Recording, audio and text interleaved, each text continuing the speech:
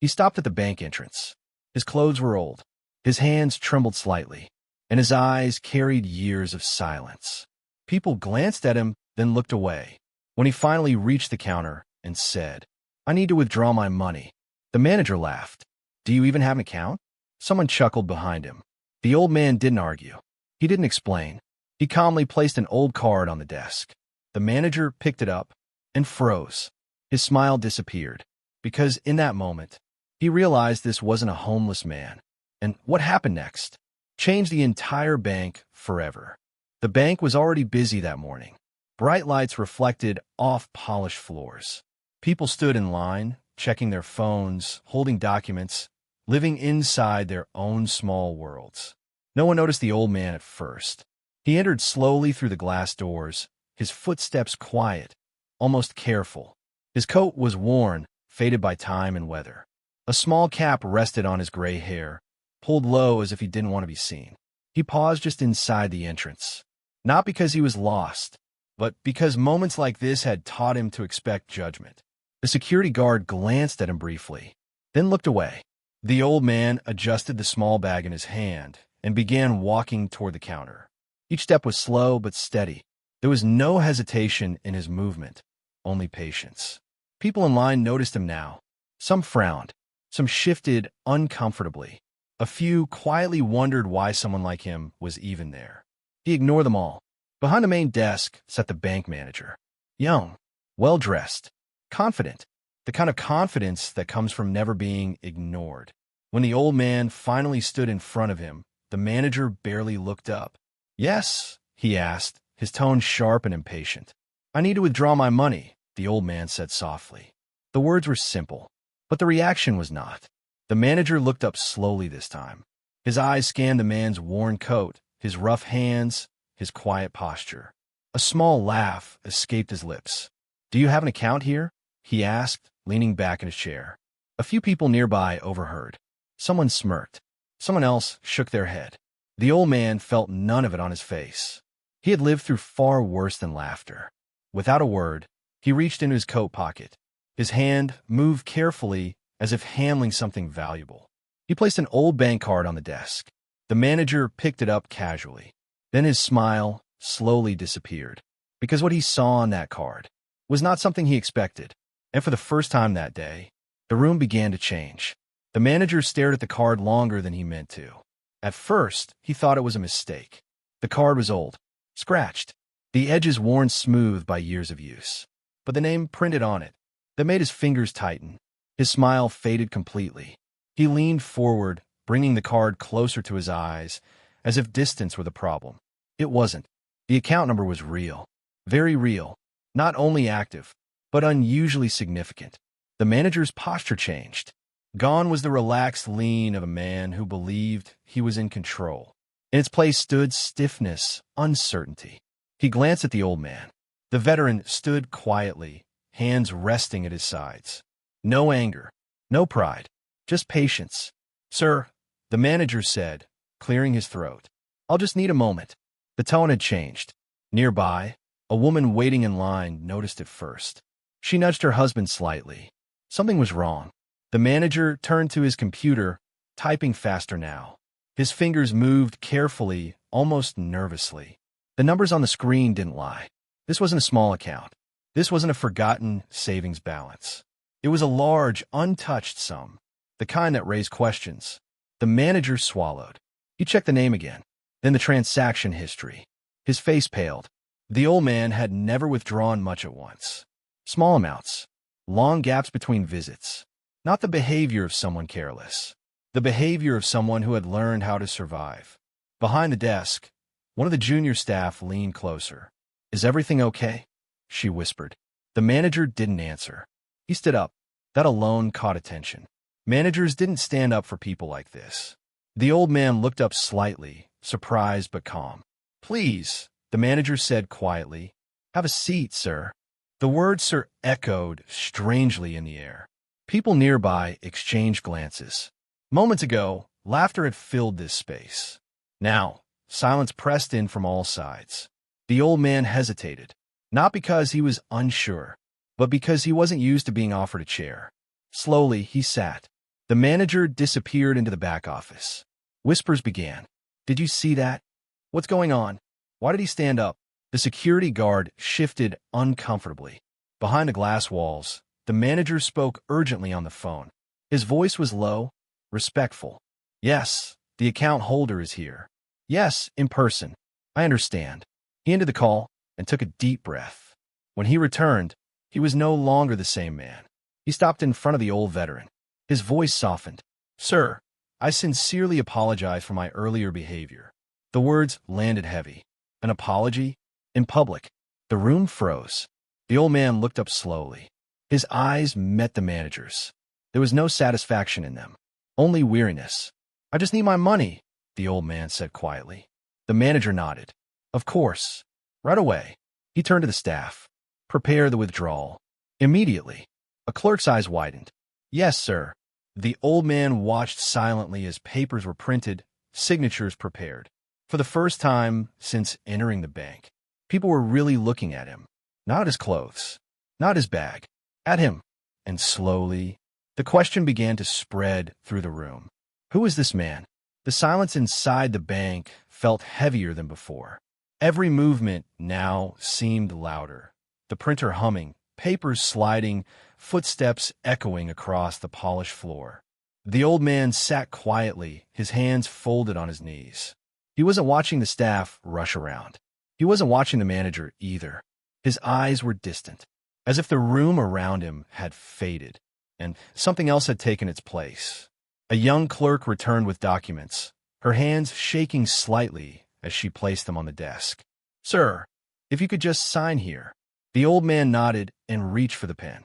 His fingers wrapped around it with familiar ease. Not the grip of a fragile man, but the controlled movement of someone trained long ago to stay steady under pressure. The clerk noticed. So did the manager. He leaned closer, curiosity replacing fear. "You were in the service," the manager said carefully. It wasn't a question. The old man paused, then nodded once. "Yes." One word, nothing more. But that was enough. The manager swallowed. "My grandfather served," he said quietly. He never talked about it. The old man's lips pressed into a thin line. "Some things," he replied, "are easier to carry in silence."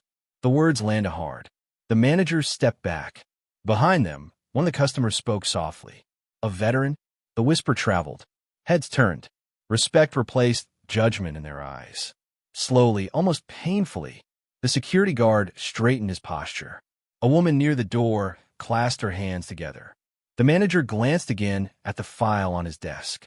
Decorations, service records, medals listed in small, formal text. He hadn't noticed them earlier. He had been too busy laughing. "Sir," the manager said, his voice tight. "I had no idea." The old man looked up. "For years," he said calmly. "No one ever does." The words weren't bitter. They were simply true. The printer stopped. The room held its breath. The manager cleared his throat. "Your service, your account, everything is in perfect order," he said. "There will be no delays." He hesitated. "If you need assistance, housing, support services." The old man raised a hand gently. "I didn't come for favors." The manager nodded, ashamed. "I understand." A man in line stepped forward. "Thank you," he said suddenly, his voice rough, "for what you did." The old man looked at him, surprised. Then another voice joined. "And thank you," a woman said softly. One by one, people spoke. Not loudly, not dramatically, just honest. The old man lowered his head slightly. This kind of attention made him uncomfortable. He had stood in front of crowds before, but never for praise. The manager signaled the clerk. "The cash is ready." He personally carried the envelope to the desk. With both hands, he placed it in front of the old man carefully, as if handling something sacred. The old man stood. The room parted instinctively, creating space for him. Before leaving, he turned back. His eyes met the manager's once more. "Respect," he said quietly, "should never depend on appearances." The manager nodded. "I won't forget that." The old man walked toward the exit. His steps were still slow, still quiet. But now, every person in that bank watched him go. Not with judgment, but with honor. The old man was only a few steps from the bank doors when the sound of hurried footsteps echoed behind him. "Sir, please wait." He stopped. Slowly, he turned. The manager was standing now, not behind the desk, not protected by polished wood or authority. Just a man standing in front of another man. "I need to ask you something," the manager said. The old man studied his face for a moment, then nodded. "Yes." The manager hesitated, choosing his words carefully. "The account," he said, lowering his voice. "It was connected to a military trust." The old man's eyes shifted, not in surprise, but recognition. "Yes," he replied. "It was set up after the war." A quiet murmur rippled through the bank. The word war carried weight. The manager continued. "There's a note in the system about an emergency authorization." The old man's jaw tightened slightly. "I was hoping I wouldn't need it," he said. "But life has a way of deciding for you." The manager nodded slowly. Before he could speak again, the bank doors opened. A gust of cold air swept in. Then the sound of boots. Heavy, purposeful. 3 men entered. Their posture was straight, their steps synchronized, their presence impossible to ignore. They wore clean coats, but beneath them, military bearing was unmistakable. The old man froze. For the first time, emotion cracked his calm. One of the men spotted him instantly. His face changed. "Sir?" he said, disbelief in his voice. The old man turned fully now. Recognition flashed across his eyes. "You shouldn't be here," he said quietly. The man ignored the comment and stepped forward. Then he stopped and saluted. Sharp, precise, respectful. The entire bank went silent. Another man followed. Then the third. 3 salutes. To the homeless veteran everyone had laughed at minutes earlier. The manager felt his chest tighten. "Platoon leader," the first man said. "We've been looking for you." The old man closed his eyes briefly. "Not anymore," he replied. People stood frozen. Phones were slowly lowered. No one dared speak. The men dropped their salutes, but didn't relax. "You saved our lives," the second man said. "Every one of us." The old man shook his head gently. "We did our jobs," he said. "No," the third replied. "You did more." The manager stepped forward, voice barely steady. "These men," he asked. "Were under his command," the first soldier said. "Years ago." The room felt smaller now. He wasn't just a veteran. He was a leader, a protector. The manager swallowed hard. "I'm sorry," he said again quietly. This time, it wasn't for the card. It was for the laughter. The old man looked at him. "Make sure," he said calmly. "You never forget today." The manager nodded. "I won't." The soldiers turned to the old man. "We heard you were here," one said. "You shouldn't be walking alone anymore." The old man hesitated, then nodded. "Just this once," he said. They walked together toward the exit. The doors opened. Light poured in, and as they stepped out, something shifted inside the bank. Not policy, not procedure, perspective. The bank doors closed softly behind them. For a moment, no one inside the bank moved. It was as if the air itself needed time to breathe again. The manager stood frozen near the entrance, watching the old veteran walk away between the 3 soldiers. Not as a homeless man, not as someone forgotten, but as someone protected, respected, honored. Only when they disappeared from sight did the noise return. Low whispers filled the room. "That was a commander. Did you see the salute?" "I can't believe we laughed." The manager slowly turned back toward his desk. It looked different now, smaller. He loosened his tie, his hands still shaking. In all his years at the bank, he had handled million-dollar accounts, powerful clients, important people. But none of them had ever made him feel this ashamed. He walked back behind the desk and sat down. The chair felt uncomfortable. Across the room, a woman wiped tears from her eyes. An elderly man removed his hat and held it against his chest. The security guard stood straighter than ever before. The manager cleared his throat. "Before we continue," he said quietly, "I want to say something." Everyone looked at him. "I judged a man today by his appearance," he continued. "And I was wrong. No excuses. No justifications. Just truth. That man gave more to this country than most of us ever will," he said. And I laughed. The silence that followed was heavy, but necessary. "I won't let that happen again," the manager said. "Not here, Something changed in the room, not because of policy, but because of accountability. Outside, the old veteran paused on the sidewalk. The city moved around him, cars passing, people walking, life continuing. One of the soldiers gently placed a hand on his shoulder. "Sir," he said, "there's a place for you now." The old man looked up at the sky. For the first time that day, he smiled. Not a big smile, just a quiet one. "I never wanted recognition," he said. "I just wanted dignity." "You've always had that," the soldier replied. "They just forgot." A black car pulled up nearby. Not flashy, just respectful. The driver stepped out and opened the door. The old veteran hesitated. Then he turned back once more toward the bank.